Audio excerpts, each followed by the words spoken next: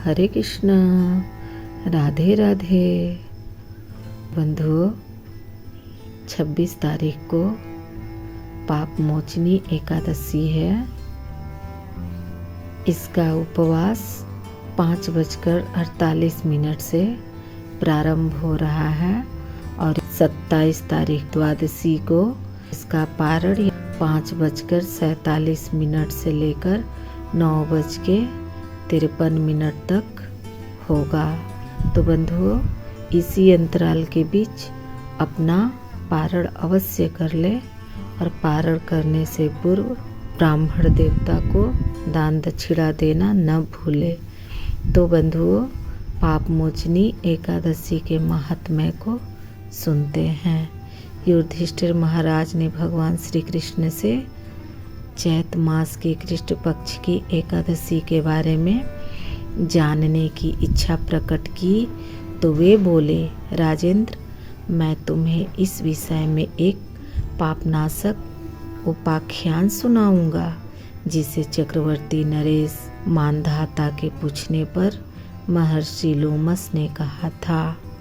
मांधाता ने पूछा, भगवान, मैं लोगों के हित की इच्छा से यह सुनना चाहता हूँ कि चैत्र मास के कृष्ण पक्ष में किस नाम की एकादशी होती है, उसकी क्या विधि है तथा उससे किस फल की प्राप्ति होती है।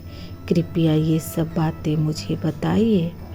लोमस जी ने कहा, नृपश्रेष्ठ, पूर्व काल की बात है।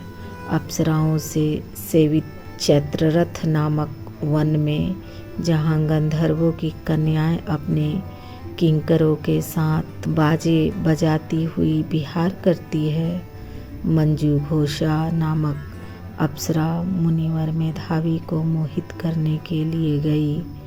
वे महर्षि चैत्ररथ वन में रहकर ब्रह्मचर्य का पालन करते थे।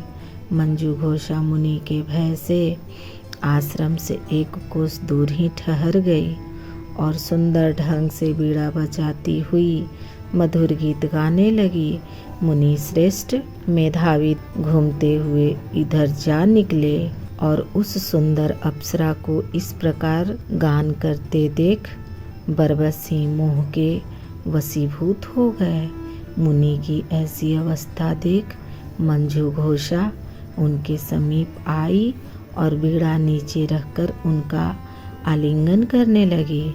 मेधावी भी उनके साथ रमण करने लगे। रात और दिन का भी उन्हें भान न रहा। इस प्रकार उन्हें बहुत दिन व्यतीत हो गए। मंजू घोषा देवलोक में जाने को तैयार हुई। जाते समय उसने मुनि श्रेष्ठ मेधावी से कहा, ब्राह्मण, अब मुझे अपने देश जाने की आज्ञा दीजिए। मेधावी बोले, देवी, जब तक सवेरे की संध्या न हो जाए तब तक मेरे ही पास ठहरो। अप्सरा ने कहा, विप्रवर, अब तक न जाने कितनी ही संध्याएं चली गई।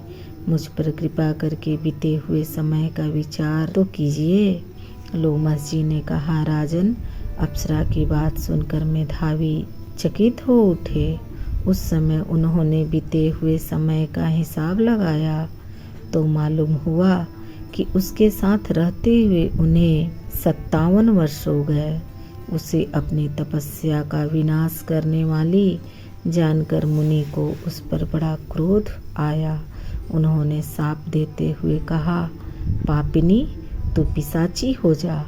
मुनि के शाप से दंग होकर वह विनय से नतमस्तक हो बोली, विप्रवर, मेरे शाप का उद्धार कीजिए। 7 वाक्य बोलने या 7 पद साथ साथ चलने मात्र से ही सत्पुरुषों के साथ मैत्री हो जाती है।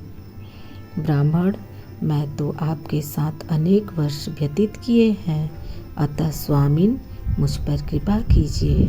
मुनि बोले, भद्रे, क्या करूं? तुमने मेरी बहुत बड़ी तपस्या नष्ट कर डाली है। फिर भी सुनो, चैत्र कृष्ण पक्ष में जो एकादशी आती है उसका नाम है पाप मोचनी। वह साप से उद्धार करने वाली तथा सब पापों का क्षय करने वाली है। सुंदरी, उसी का व्रत करने पर तुम्हारी पिशाचता दूर होगी। ऐसा कहकर मेधावी अपने पिता मुनिमर च्यवन के आश्रम पर गए। उन्हें आया देख च्यवन ने पूछा, बेटा यह क्या किया तुमने? तो अपने पुण्य का नाश कर डाला। मेधावी बोले, पिताजी मैंने अप्सरा के साथ रमण करने का पातक किया है।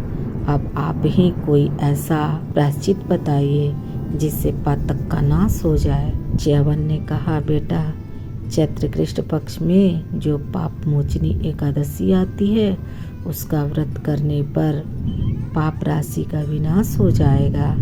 पिता का यह कथन सुनकर मेधावी ने उस व्रत का अनुष्ठान किया। इससे उनका पाप नष्ट हो गया और वे पुनः तपस्या से परिपूर्ण हो गए। इसी प्रकार मंजू घोषा ने भी इस उत्तम व्रत का पालन किया। पाप मोचनी का व्रत करने के कारण वह पिशाच योनि से मुक्त हुई और दिव्य रूप धारणी श्रेष्ठ अप्सरा होकर स्वर्गलोक में चली गई। भगवान श्री कृष्ण कहते हैं, राजन, जो श्रेष्ठ मनुष्य पाप मोचनी एकादशी का व्रत करते हैं उनके सारे पाप नष्ट हो जाते हैं। उनको पढ़ने और सुनने से सहस्त्र गोदान का फल मिलता है। ब्रह्महत्या, सुवर्ण की चोरी, सुरापान और गुरु पत्नी गमन करने वाले महापातकी भी इस व्रत को करने से पाप मुक्त हो जाते हैं। यह व्रत बहुत पुण्यमय है। तो बंधुओं, राधे राधे, हरे कृष्ण। श्री कृष्ण गोविंद हरे मुरारी, हे नाथ नारायण वासुदेव। श्री कृष्ण गोविंद हरे मुरारी, हे नाथ नारायण वासुदेव। श्री कृष्ण गोविंद हरे मुरारी, हे नाथ नारायण वासुदेव। श्री कृष्ण गोविंद हरे मुरारी, हे नाथ नारायण वासुदेव। तो बंधुओं, इस चैनल को लाइक करें या न करें, सब्सक्राइब करें या न करें, शेयर जरूर करें। हरे कृष्णा, राधे राधे।